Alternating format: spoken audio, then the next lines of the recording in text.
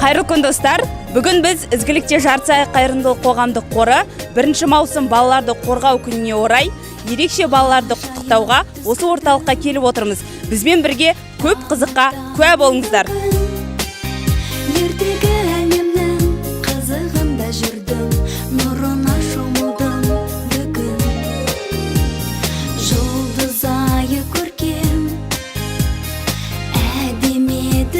Бүгін 1 маусым халықаралық балаларды қорғау күніне арналған мерекеге арнап, біздің нөмірі 1 оңалту орталығында мерекелік іс-шара өтіп жатыр. Біздің оңалту орталығы мүмкіндігі шектеулі балаларға арналған неврологиялық аурулар мен ортопедия травматологиялық аурулар бойынша оңалтудан өткізеді. Құрметті ата-аналар, құрметті балалар, мерекелеріңіз құтты болсын, балалар ешқашан ауырмасын, дендері сау болсын.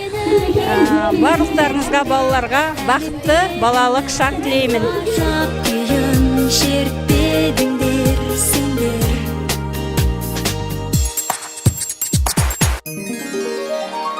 Гүлдердім бұлттардан, әр гүлде бір арман. Таусылмайтын тәтті сыя келіп жатты, жан біткеннің бәрі маған. Ертегілер,